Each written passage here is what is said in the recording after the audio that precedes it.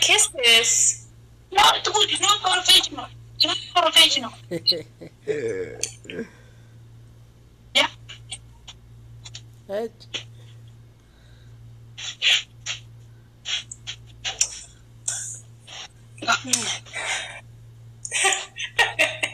Hey.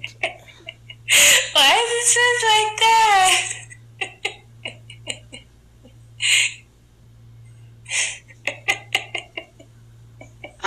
Come tomorrow. Come tomorrow. What is tough God, Sanu tough. What are you? Mulufes afanachu endezi ulum. Esa demte filteri harre garatille. Mulu mouse all face mouse on